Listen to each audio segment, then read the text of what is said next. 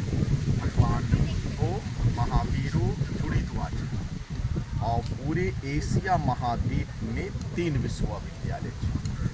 First होलो ताक्षशिला जो कटकर चलेगी पाकिस्तान रावलपिंडी, सेकेंड होलो नालंदा और थर्ड होलो विक्रमशिला बिहार भागलपुर खलगांव।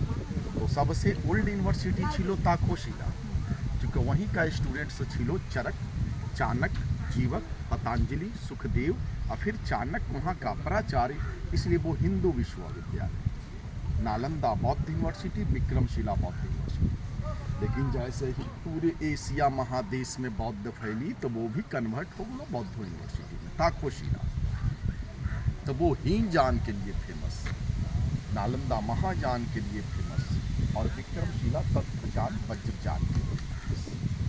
चलो, नालंदा 2 वर्ड्स, नालम प्लस दा, नालंदा। नालम मीन्स लोटस फ्लावर, पद्दो फूल, symbol of knowledge and give दा, तो टू गिव नॉलेज नालंदा।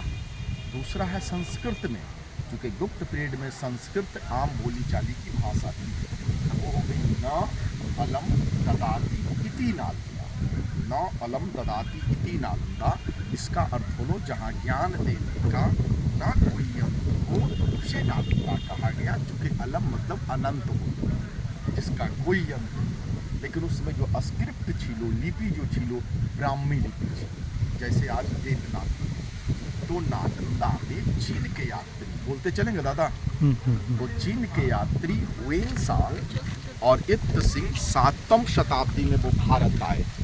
वो 14 बच्छर भारत में रहे, 5 बच्छर नालंदा में, 4 बच्छर छात्रों जीवन और 1 बच्छर शिक्षक जीवन। तो उन्होंने एक वही लिखा, लेकिन इनसे भी पहले आए थे फाहियान जो 500 AD के स्टूडेंट थे। तो इंसान एक वही लिखा, उस वही का नाम सी यू की, जिसको हम लोग हिंदी में बोलेगा भारत यात्रा, जो 10th 12th में पढ़ने को। उसमें उन्होंने लिखा कि नालंदा उत्तर से दक्षिण 7 माइल लंबा और पूर्व से पश्चिम 3 माइल चौड़ा। इसको हम लोग किलोमीटर में करेंगे तो 10/5 यानी 50 स्क्वायर किलोमीटर में नालंदा এটা 10,000 छात्र থাকতো, 1500 শিক্ষক থাকতো।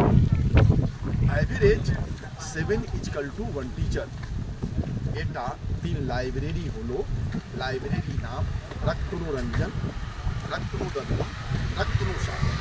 इसमें सबसे बड़ी लाइब्रेरी थी रत्नशाला, 9 मंजिला बिल्डिंग थी।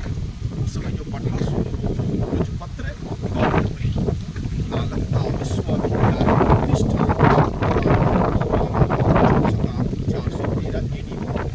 लेकिन अभी मैंने बोल चुका कि नालंदा 2 महावीरों जुड़ित हुआ। तो उस साइट पर चलेगा तो 600 BC का मैं चर्च करेगा, अभी AD।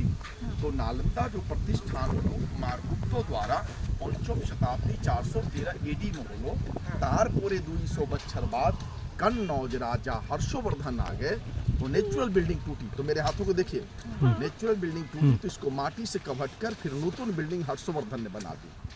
तारपुरी 9वीं सदी में बंगाल राजा देवपाल आ गए, तो फिर से क्लॉज कर इसके ऊपर देवपाल ने बनाया, यानी 1197 में 12वीं सेंचुरी में बख्तियार खिलजी द्वारा नालंदा पे अटैक हुआ।